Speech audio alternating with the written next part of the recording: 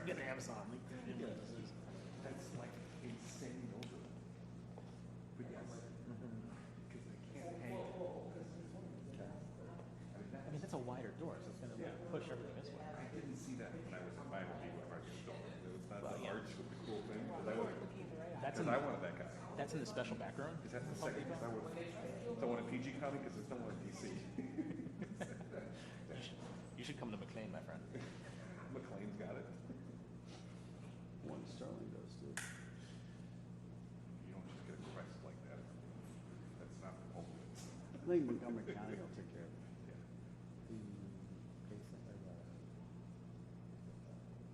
How about that chandelier would block the visual effect of the fireplace from my house?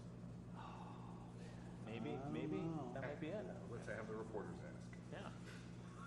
Okay, we have a question for you. You know, Be why gone isn't the tomorrow. fireplace center in the It'll room be with the gone chandelier? tomorrow. The person that could answer that question is probably, she died a long time ago. That's a compliment. God, the weather is nice in here. Bellwood? Yeah. Yeah. You ever toured the houses in Rothschild? Like the Baron, the Robert Baron houses? Oh, they're nice.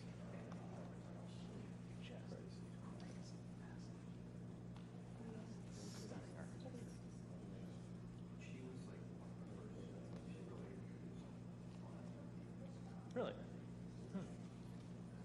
Who was this? Marjorie Merriweather Post. Mm. Gave away great sums of money. Yeah.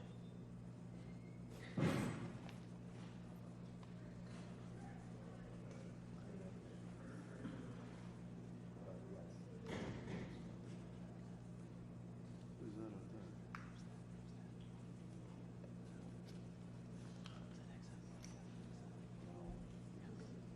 There are three toe marks.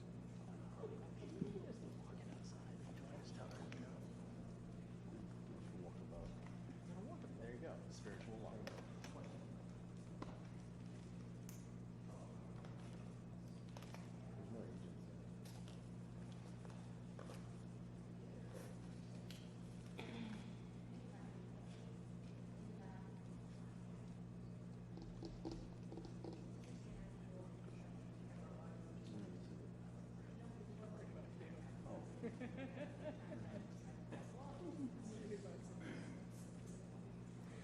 Why are you turning red? Why are you turning red?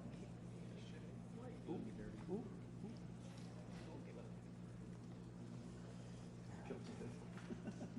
That's what it takes. Don't let me small.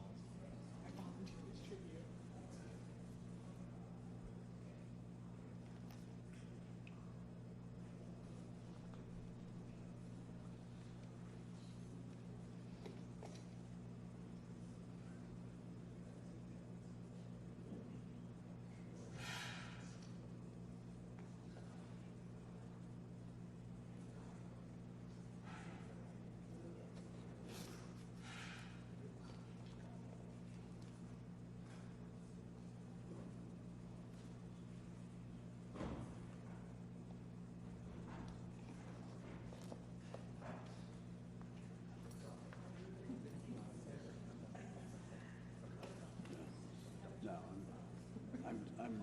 I can stay back like that for a little while, but I can't stay like that the whole time. Because if I do, I can't stand up ever again.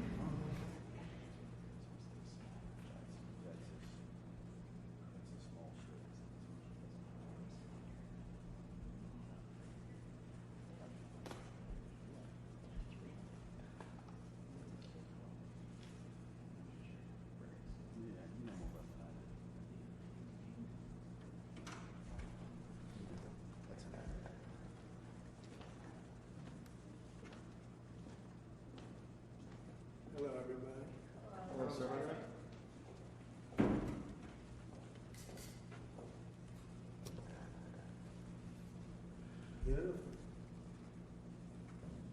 Wow, it's beautiful. It's the first renderings of what we're doing. So I want to wish everybody a big hello and Merry Christmas and welcome to Mar-a-Lago for this exciting announcement of the new Golden Fleet. We're calling it the Golden Fleet that we're building for the United States Navy. As you know, we're desperately in need of ships. Our ships some of them have gotten old and tired and obsolete, and we're going to go the exact opposite direction. We're delighted to be joined by Secretary of War Pete Hegseth, who's doing a fantastic job, and Secretary of the Navy John Phelan. Marco Rubio is here, who gave a great few words toward the end of last week. He spoke for a couple of hours on what a good job we're doing, which is true. As Commander-in-Chief, it's my great honor to announce that I have approved a plan for the Navy to begin the construction of two brand new, very large, largest we've ever built, battleships. You know, you used to build the Iowa, the Missouri, the Wisconsin, the Alabama, many others. We had big battleships. These are bigger, but they will have 100 times they'll be 100 times the force, the power, and there's never been anything like these ships. These have been under design consideration for a long time, and it started with me in my first term, because I said, why aren't we doing battleships like we used to? And these are the best in the world. They'll be the fastest, the biggest, and by far 100 times more powerful than any battleship ever built. So if you look at the Iowa, the Missouri, Wisconsin, Alabama, and others, but they were similar in size, some a little bit bigger than the others, but if you take the biggest one, it's 100 times more powerful. They're longer by a little bit, but and they're bigger ships, but they hold much more. They use the word lethality. Battleships are the largest, sturdiest, and most heavily armed vessel built specifically for naval combat. While America has built many new warships over the years, they've tended to be smaller, much smaller, and not conducive to where we are and where we're going, and peace through strength. But including, we've been building aircraft carriers. We're going to be upping that also. We're going to be going to a superior aircraft. We have the Ford class. We're going to be upping that to a different class of aircraft carrier.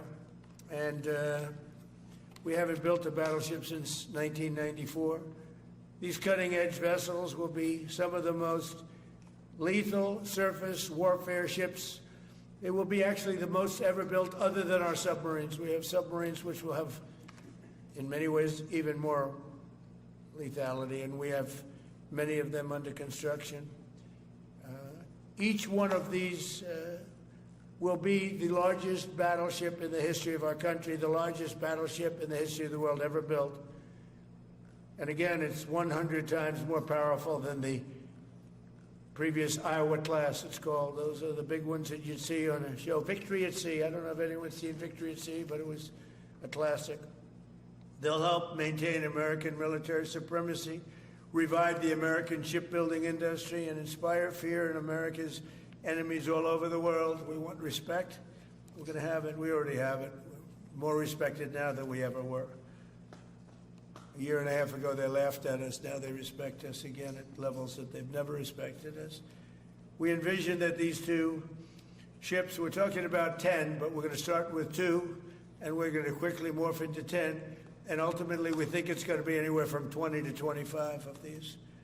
But we're starting with the first 2 immediately, and we're going to then be very quickly involved with, I think, we're going to do another 8. And then we're going to ultimately, and pretty quickly, have a total of about 20 to 25. We'll make that determination. We envision that these ships will be the first of a whole new class of battleships to be produced in the years to come.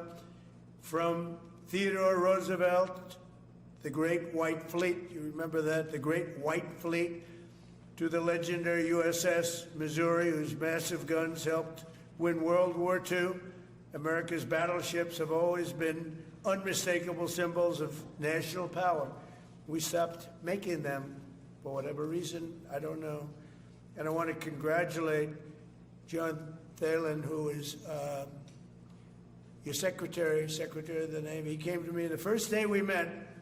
He talked about battleships, and I said, "You're absolutely on the right track." He said, "Why are we doing other things? We have missiles, which are much more expensive." By the way, these battleships have tremendous numbers of missiles, but they also have guns. And in many ways, guns can do the trick just as well as missiles at a tiny fraction of the cost.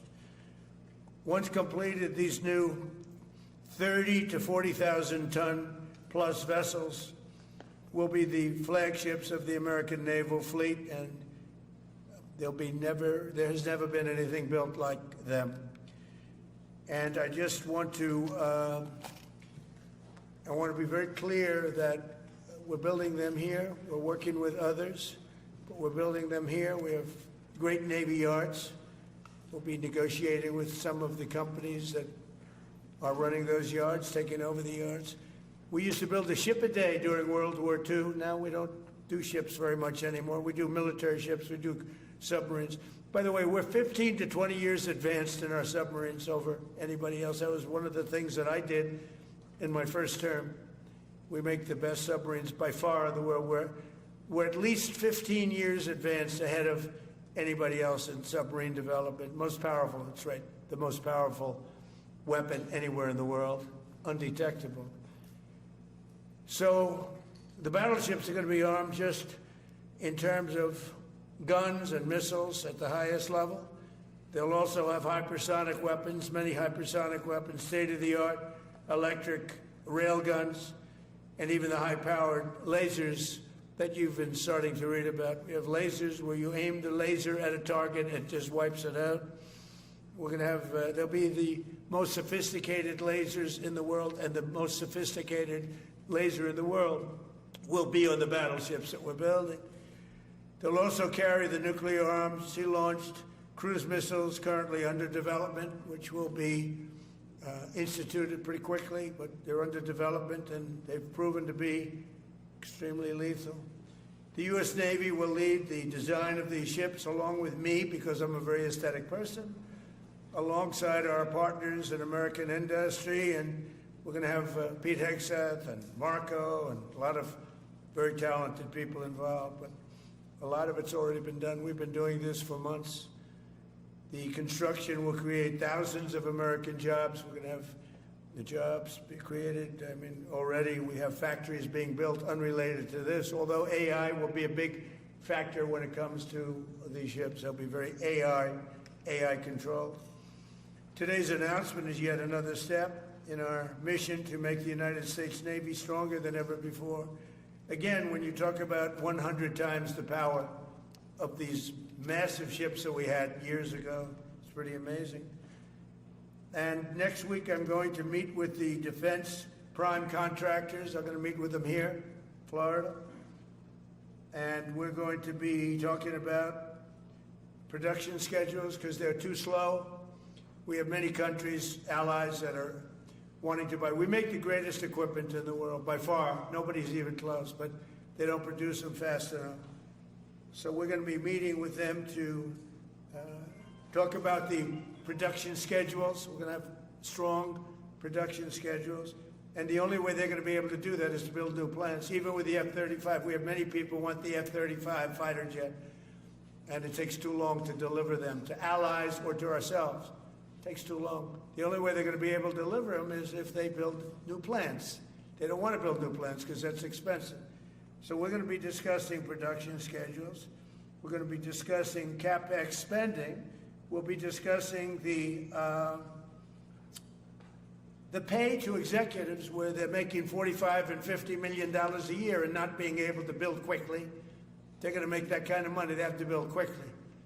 Again, we make the best equipment in the world, but they don't make them fast enough. And we're going to be also discussing dividends. We want the dividends to go into the creation of production facilities. So we'll be talking about all CapEx, dividends, and the pay. We're also going to be talking about buybacks. They spend so much money on buyback. They want to buy back their stock. I don't want them to buy back their stock. I want them to put the money in plant and equipment so they can build these planes fast, rapidly, like immediately. I mean, I have sold more planes than any president by far, times probably 20. So every time I go someplace, I sell 100 planes. That includes commercial planes, Boeings, etc., but it also includes fighter jets. And I'm always having to say 5 years, 6 years, 7 years, helicopters, Apache helicopters, many years. India bought them. They want to get them. They don't want to wait a long time. So we don't want to have executives making $50 million a year, issuing big dividends to everybody, and also doing buybacks. And then they say, well, we don't have the money to build a plant. They got to build plants. Plants to make F-35s, plants to make helicopters, plants to make the F-47 new jet. And that's it. And that's what I'm going to be talking to them about. They're going to start spending money on building airplanes and ships and the things that we need, not in 10 years and 15 years. We need them now. And we're strong about it. Last week, the Navy announced a brand new class of frigate, and they're going to be working with the South Korean company. Hanwha, a good company, recently agreed to invest $5 billion in Philadelphia Naval Shipyard. We're opening up the Philadelphia Shipyard, once a great yard. Now it was a long time ago decommissioned, but now it's reopening. Working with the Navy and working with private companies.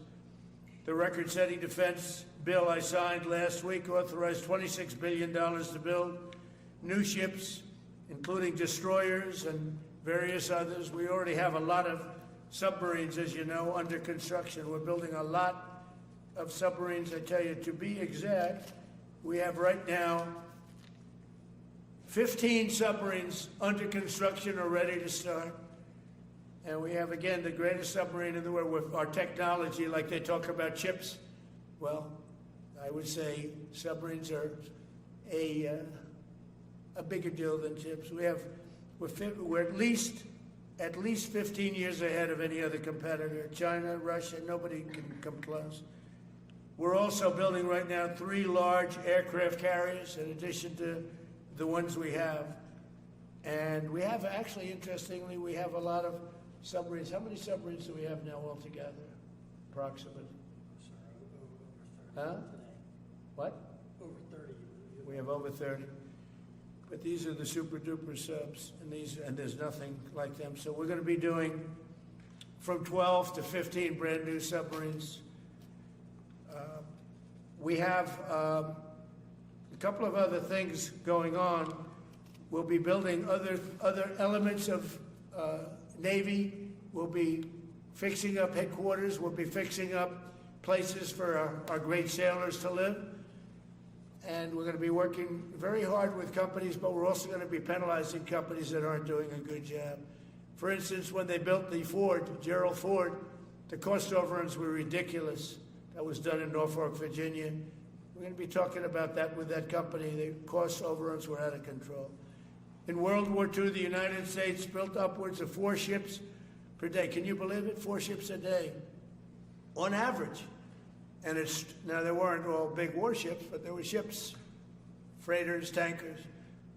And it's a tragedy that we allowed this incredible capability to just go astray. We don't do that much anymore. We do build our warships, but that's about it. But that's a lot. We're going to restore America as a major shipbuilding power. We're going to ensure the USA is the most powerful fleet anywhere in the world, and long into the future, with battleships helping lead the way, and the submarines that, again, nobody competes with us on submarines. So I just want to thank everybody, and I'd like to ask Secretary Hegseth to say a few words, followed by the Secretary, but if you would, Secretary of the Navy. But Pete's doing a fantastic job. By the way, we have drugs are down 96.2% coming into the United States. 92.6 by sea. And soon we'll be starting the same program on land. The land is much easier.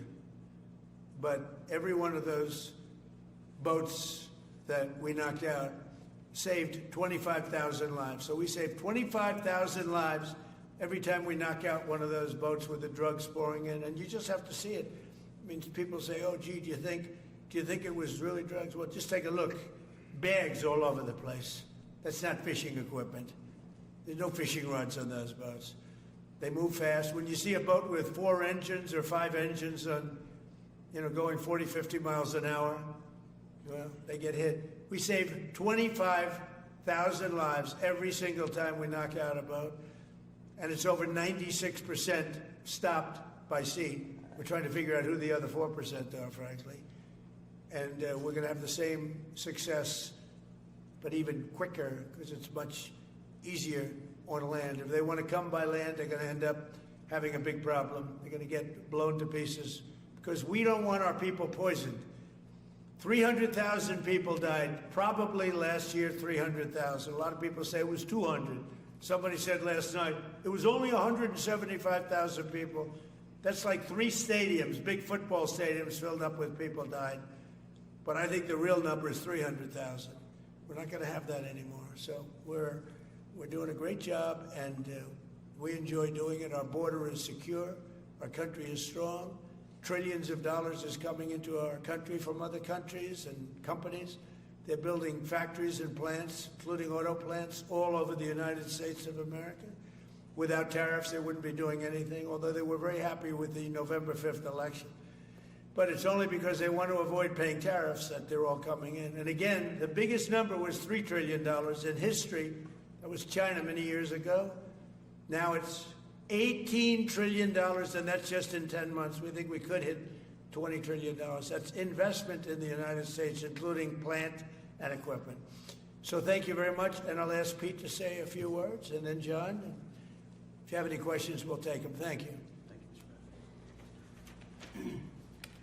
Well, Mr. President, you're exactly right. There are no fishing poles, no fishermen, and no fishing boats. Just drug dealers and narco-terrorists. And with every strike, we're saving American lives. No other president was willing to do real deterrence. That's exactly what's happening. It's an honor to be here, Mr. President, Mr. Secretary, Secretary Rubio, to talk about what peace through strength really looks like. You can talk about it, or you can invest in it, and you can build it. And that's exactly what President Trump is doing. At the Department of War, we're restoring the warrior ethos. In fact, the President mentioned the NDAA. We put into law merit-based. We put into law getting rid of DEI and political correctness. That's now part of how our military operates. And you've seen it in record recruiting, the spirit at the Department of War. We're rebuilding the military. President Trump did it once. He's doing again with historic investments today in shipbuilding. And we're reestablishing deterrence, whether that's at the border, whether it's through Golden Dome, what happened with Midnight Hammer and what Iran found out, those drug boats, and of course the Houthis opening up the shipping lanes. American strength is back on the world stage. And the announcement of the Golden Fleet, anchored by new battleships, the biggest and most lethal ever, accomplishes all 3 of those things and marks a generational commitment to American sea power. Across the entire department, we are developing new operational concepts, deploying cutting-edge technologies, and making major investments, including in our Navy. This is happening in all domains, including space, as the President has talked about before anyone else. So it's the highest of domains and the lowest of domains under sea, and especially today in sea power, that always has to be decisive, has been in the history of America, and will continue to be under the leadership of President Trump. We will make sure that anything that flows from our country and with our allies flows freely and uncontested. New and better ships will provide that deterrent today and for generations to come. This new class, these new investments, will be the types of things that for decades, for centuries, the American people will look back and thank President Trump for having the vision and the willingness to invest right now in capabilities we need today, tomorrow, and long into the future. So, Mr. President, thank you for this investment, and I'll hand it over now to the Navy Secretary.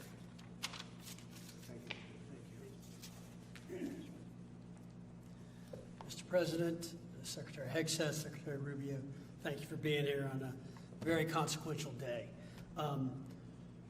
From my very first conversation with President Trump about serving as the Secretary of the Navy, he's talked about the great Iowa-class battleship and why America doesn't build ships anymore with that kind of offensive firepower that takes the fight to the enemy. During my time in the job, I've talked extensively with our combatant commanders, like Admiral Paparo and Admiral Cooper, and our CNO, Admiral Cottle. And what I've learned is that not only is the President's idea a good one, it's something that Navy desperately needs and now has a formal requirement for. The future Trump-class battleship, the USS Defiant, will be the largest, deadliest, and most versatile and best-looking warship anywhere on the world's oceans. I want to thank the President for his vision to make this game-changing capability for the United States Navy. The Iowa was designed to go on the attack with the biggest guns, and that's exactly what will define the Trump-class battleships. Offensive firepower from the biggest guns of our era. This ship isn't just to swat the arrows. It is going to reach out and kill the archers. And for the first time in generations, we'll have a new leg in America's nuclear deterrence, because the Trump-class battleship will carry the nuclear-armed, sea-launched cruise missile. Striking dominance isn't all that the Trump-class battleship brings to the fight at sea. It has the size and capacity to serve as a flagship for our fleet commanders so that they can command and control naval forces far out to sea. As shown in the series, and the President mentioned it, Victory at Sea, Admirals Bull Halsey and Raymond Spruance commanded the war in the Pacific from their battleship flagships during World War II. Now this new battleship will command everything from warships to drones and everything in between. We're going to make battle groups great again. And this is just one piece of the President's Golden Fleet that we're going to build with the investments he talked about. A new frigate, the right frigate, the one our warfighters have told us they need. More amphibious power for our Marines with new capabilities like the medium landing ship.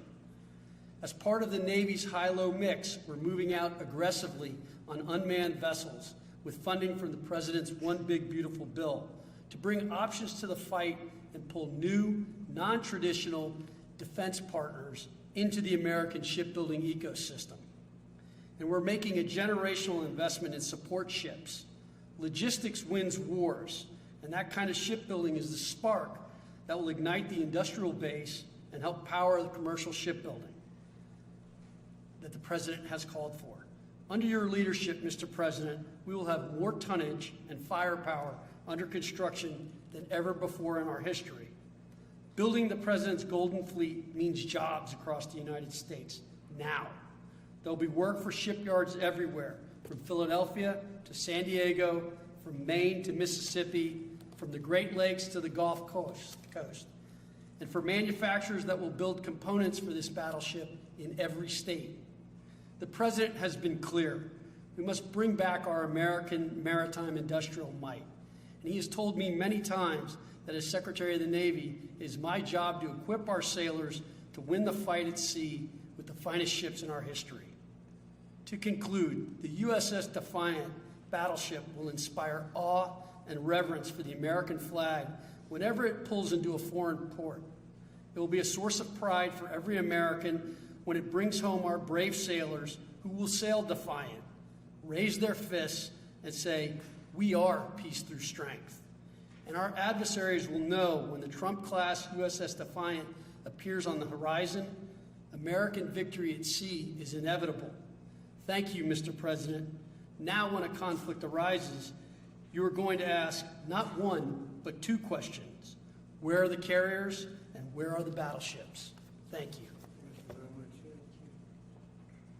I just want to mention that John Phelan is one of the most successful businessmen in the country, in our country. Been a tremendous success, and he wanted to do this, and for nothing. He's taken probably the largest salary cut in history, but he wanted to do it. He wants to rebuild our Navy, and you needed that kind of a brain to do it properly. So I just wanted to give you a little information on him, which is probably enough. But one of the most successful men in the country, and he's that because he understands it, and he understands finance in addition to what we're talking about. Somebody who's doing a fantastic job is Marco Rubio, Secretary of State. And Marco, maybe say a few words, and then we'll answer some questions. Thank you.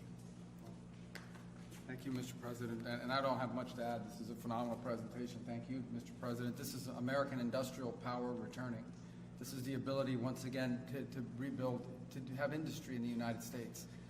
This is generational in the change, not just in terms of applying American war power, increasing our ability to protect the seas. The U.S. Navy is the single biggest source of peace in the world of all of our forces because it gives us a global footprint. But it rebuilds American industrial capacity. The ability to make things again in our country has been critical to what the President's agenda has been all about, and this is a tangible reminder of it. And I know the country's grateful for it, and generations of Americans will be grateful for it. So thank you. Thank you, Mark. By the way, I think I'd just like to point out that these ships are made of steel as opposed to aluminum. It's a big difference, as you know. Battleships, the great battleships, had 6- and 7-inch steel hulls, and these are going to be likewise made out of very powerful steel. Our steel industry is coming back very strongly, by the way. It's coming back at record numbers, and we're going to be using them for the steel, but as opposed to an aluminum side, which, in all fairness, is not the same. So, John, we're going with all steel, I understand. Yes, sir. And that's going to be something that people are surprised, more expensive, but not even comparable in terms of the importance and the strength. Yeah, please. What's your timetable for these first two ships, and do you see them as a counter to China? We'll start almost immediately, and we'll probably talking about 2.5 years. And in terms of the mission, do you see it as a counter to China? It's a counter to everybody. It's not China.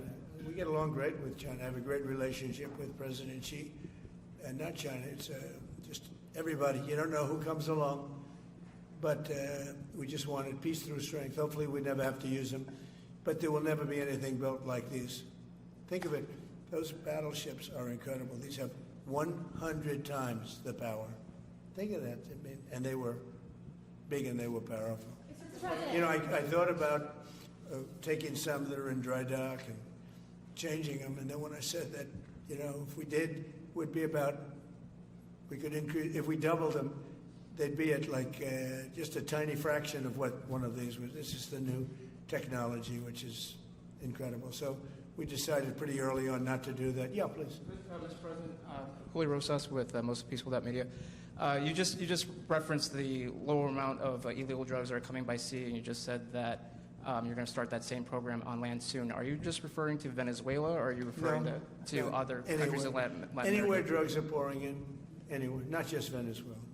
Yes?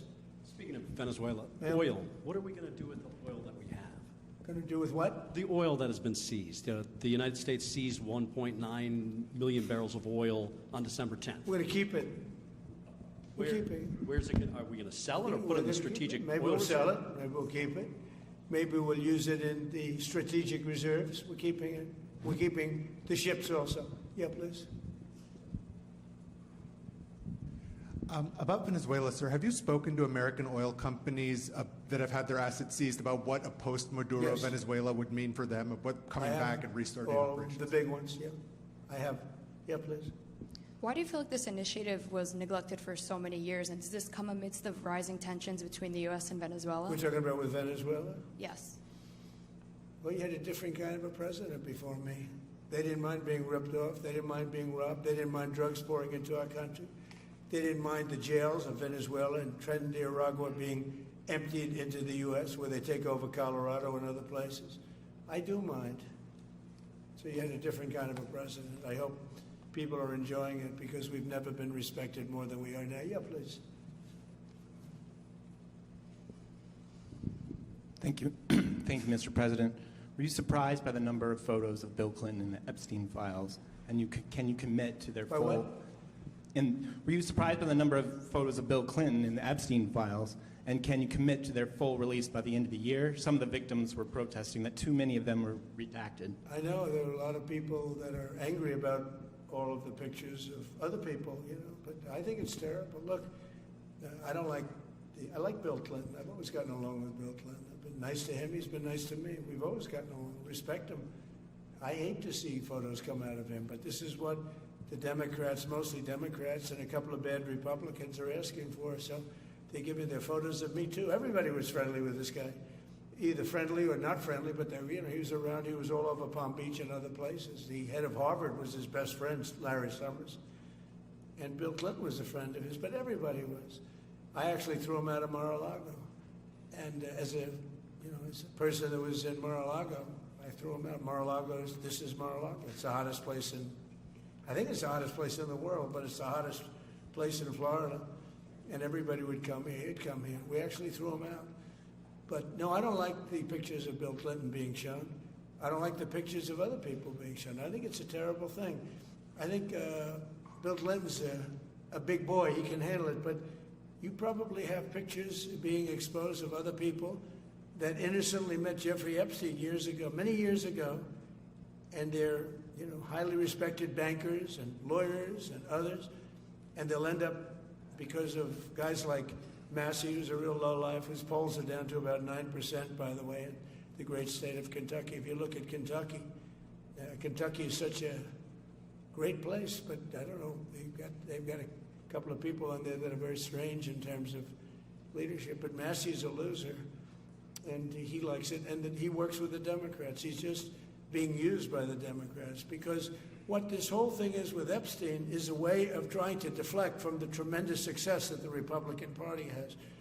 Like, for instance, today we're building the biggest ships in the world, most powerful ships in the world, and they're asking me questions about Jeffrey Epstein.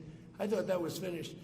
I believe they gave over 100,000 pages of documents, and there is tremendous backlash. It's an interesting question, because a lot of people are very angry that pictures are being released of other people that really had nothing to do with Epstein, but they're in a picture with him because he was at a party, and you ruin a reputation of somebody.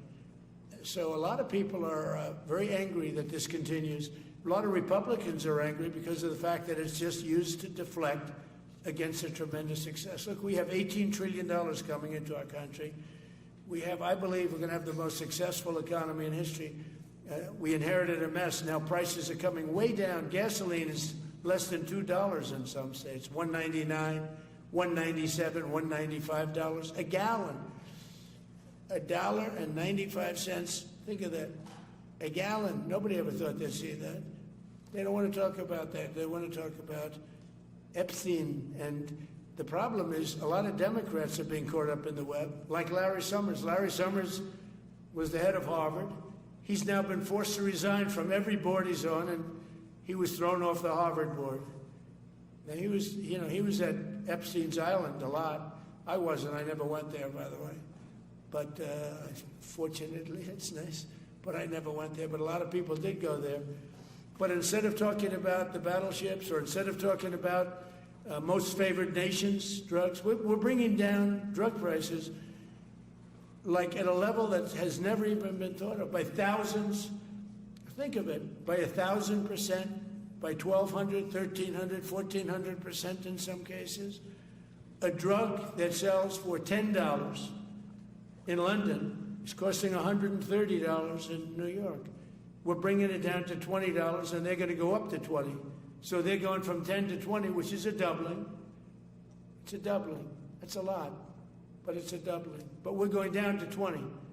So we're going down, if you can do your own math, but it's 2,000%, 3,000%.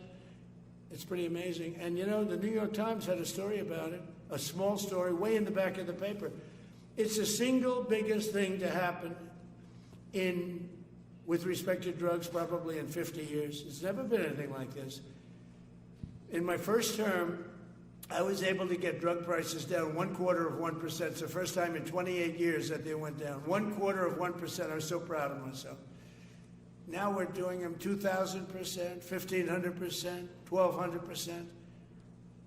That pill that sold for $130 will now be selling, as an example, for $20, because the rest of the world took advantage of us. Without tariffs, I could have never done it. I called up the heads of the countries, as an example.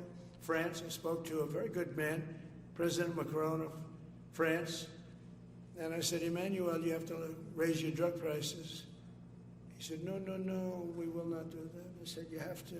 He said, no, I don't want to do that. Look, you're asking me if we go to $10 to $20, you're going to come way down to 20.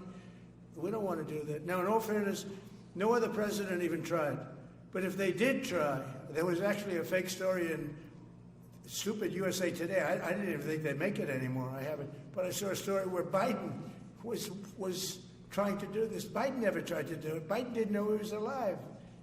He never tried to do it. But they're taking it from $10 to $20. So he would say, and the other leader said the same thing. No, we won't do it. I said, no, you're going to do it 100%. They said, nope, we're not doing it. We're not going to double our price. Because, again, if you go from $10 to $20, they're doubling their price. We're coming down, though, from $130 to $20 because we're going to get the lowest drug prices in the world. Whatever the lowest price is called favored nations, we're going to have the lowest price. So I said, no, you're going to. No, I will not do this. Politically, it's unacceptable.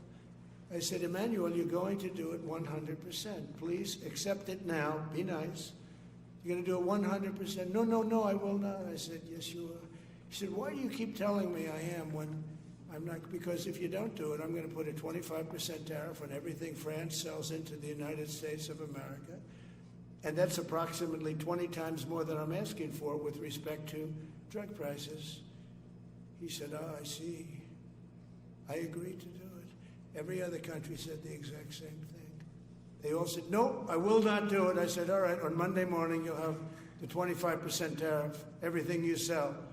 In the case of France, it was wine, champagne, cars, everything they sell. It's 25 to 30 times the price of what we're talking at 25%.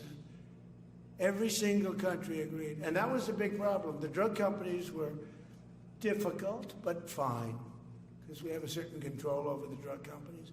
We had no control over these foreign nations. So every single country has agreed to do this. So we will take that pill price down, as an example, talking about not just pills, we're talking about everything. We'll take it down from $130 a pill down to $20 a pill. And the rest of the world will take it from $10 a pill up to $20.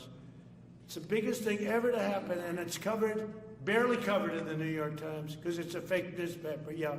Mr. President, on shipbuilding, how is the administration plan to ensure that there's sufficient workforce availability as you're producing these ships? Could you speak up? How does the administration plan to ensure there is sufficient workforce availability as you're producing these ships? We're going to have tremendous workforce availability.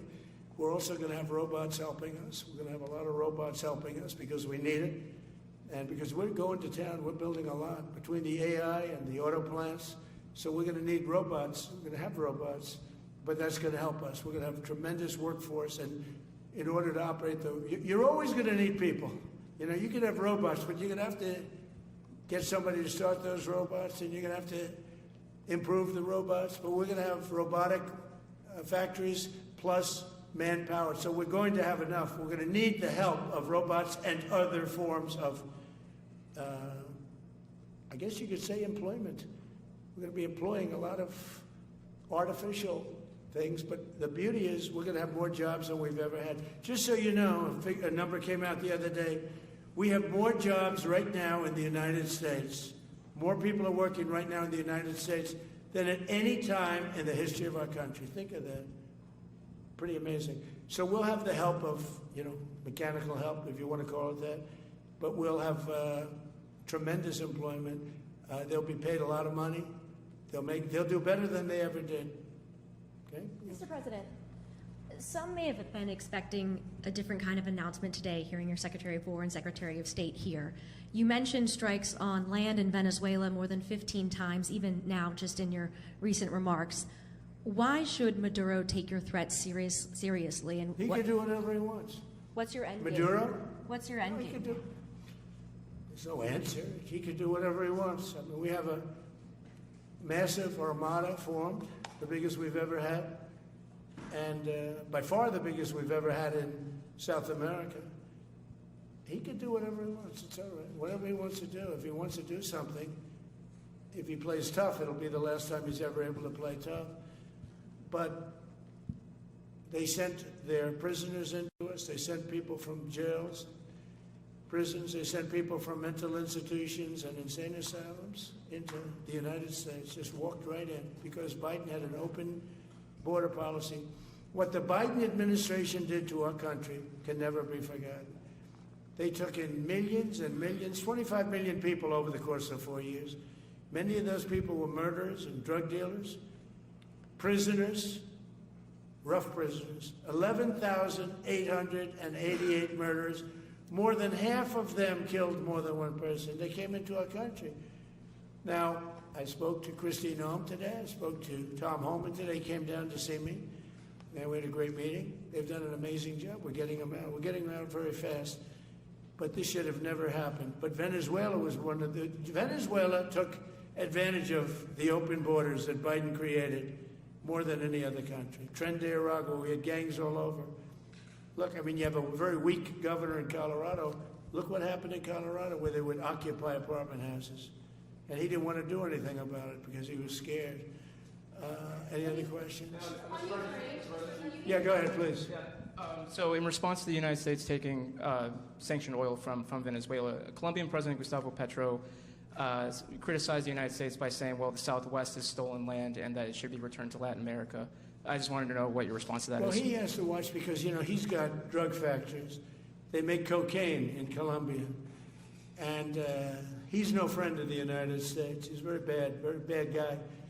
And he's got to watch his ass because he makes cocaine and they send it into the United States of America from Colombia. We love the Colombian people. I love the Colombian people. They're great people, energetic, smart, great. But their new leader is a troublemaker. And he better watch it. He better close up those cocaine factories. They have at least 3 major cocaine factories. We know where they are. He better close them up fast, yeah. By the way, it's made and sold into the United States. Comes through Mexico. Thank you, sir. You've named Governor Landry to be new special envoy to Greenland. Yeah. What do you see that role entailing? And is it still your intention that Well, he Greenland called become me, part of and the you know, U.S.? he viewed Louisiana, the Louisiana Purchase. He said, I'm governor of Louisiana. And he said, I would love, I didn't call him, he called me. He's very proactive. He's a great guy. He's a deal guy. He's a deal maker type guy. And we need it for national protection. We need Greenland for national protection. They have a very small population. And I don't know, they say Denmark, but Denmark has spent no money. They have no military protection. If they say that Denmark was there 300 years ago or something with a boat, well, we were there with boats too, I'm sure. So we'll have to work it all out. But he felt very strongly, we need it for we need Greenland for national security. Not for minerals. We have so many sites for minerals and oil and everything. We have more oil than any other country in the world. We need Greenland for national security. And if you take a look at Greenland, you look up and down the coast, you have Russian and Chinese ships all over the place. We need it for national security. We have to have it. And he wanted to lead the charge. So we're making him, Marco, today, a special envoy to Greenland. Greenland's a big deal. Yeah. Can you give an update on the talks that took place this past weekend, and could a trilateral discussion of sort be the next step for Ukrainian, U.S., and Russian delegations? So the talks on Ukraine, Russia are going along. They lost, as you know, 27,000 soldiers last month, mostly soldiers, some people in Kiev, etc., but mostly soldiers. And the talks are going along. And I say that, you know, there's tremendous hatred between these two leaders, between President Putin, President Zelensky, tremendous hatred, and I hope we can get it done. We are talking. Talks are going okay. But, you know, I've solved 8 wars, and Thailand is starting to shape up. You know, they started with Cambodia, they started up again. But I think, Marco, we have that in pretty good shape to have that stopped. So we stopped 8 wars, and I thought this would be in the middle of the pack, but maybe easy, but in the middle of the pack. But there's a lot of hatred between those two people, and when there's hatred, there's, you know. But we stopped one war 38 years, one war 35 years, one war was going on for 32 years. And we stopped, think of it, we stopped a potential nuclear war between Pakistan and India. And the head of Pakistan, highly respected general, he's a field marshal, and also the Prime Minister of Pakistan said, President Trump saved 10 million lives, maybe more, by getting that war. You know, 8 planes were shot down. That war was starting to rage. And he actually said the other day that President Trump saved 10 million lives, maybe more. So we solved all these wars. The only one I haven't solved yet is Russia, Ukraine. Are you still pushing for the Christmas Day deadline with Russia and Ukraine? And have you spoken with Putin or Zelensky or plan to push the I'll do deal? whatever I have to do. I mean, I'd like to see it stop. Look, we don't lose any money in that war anymore. You know, Biden gave $350 billion, and who knows what happened to it. We now sell missiles, planes, all of the best military equipment. We sell it to NATO. We got NATO to go from 2% GDP to 5%. Nobody believed that to this day. Nobody's going to write that, but nobody believed it. And they take that money and they pay it to the United States for weapons. So we sell weapons to NATO. We sell full price. We sell weapons to NATO, and NATO takes those weapons and probably distributes them, but gives a lot of them to Ukraine. So we don't lose any money like we did with Biden. He was spending money like a fool. He was a fool. What he did to our country is so horrible. But he gave $350 billion between cash, gave a lot of cash, $350 between cash and weapons. You remember at the beginning of that whole thing, I gave them javelins. Javelins are the anti-tank busters. And President Obama at the time gave them sheets. I gave them javelins. They gave them sheets. But you know, the bottom line is I think they're all tired of that war. Everyone's tired of that war. It's got to stop. Yeah, please. The U.S. was in active pursuit of a sanctioned oil tanker yesterday. Are you able to share what became of that tanker? Was the U.S. able to seize No, it? it's moving along, and we'll end up getting it. Yeah, we're actually pursuing it. Can you imagine? Because it came from the wrong location. It came out of Venezuela, and it was sanctioned. Yeah, please. Ultimate goal in Venezuela to force Maduro from power. Well, I think it probably would. I can't tell that. That's up to him what he wants to do. I think it would be smart for him to do that. But again, we're going to find out. Look, Venezuela did terrible things to the United States. They sent hundreds of thousands of people, millions of people, into our open border. They sent their criminals. They sent their prisoners. They sent their drug dealers. They sent their mentally insane and incompetent people into our country more than any other country. Others did too. The Congo did. Others did too. And we just let them come right in because we were run by a stupid president. But you don't have a stupid president anymore. Mr. President, have you set up the meeting with the healthcare insurers just yet? And what are you hoping to get? How I'll are be you hoping setting to it up. lower I think we're costs? going to meet with the healthcare insurers, the insurance companies. So what I'm asking for in healthcare is very simple. Obamacare is a disaster. I call it the Unaffordable Care Act. Unaffordable as opposed to it's unaffordable. They're going to have a tremendous increase in premiums, which is Obamacare, which is them, the Democrats' fault. They'll try and blame Republicans. It has nothing to do with us. It's the Democrats' fault. What I want to do is we spend hundreds of billions of dollars a year that go to insurance companies. I want that money to go to the people and let the people buy their own health care. And everybody loves it. It's become our issue. Now, before I do that, I'll meet with the insurance companies, just as I met with the drug companies, as you know. We're meeting with 4 other drug companies, Johnson & Johnson. But they've all agreed.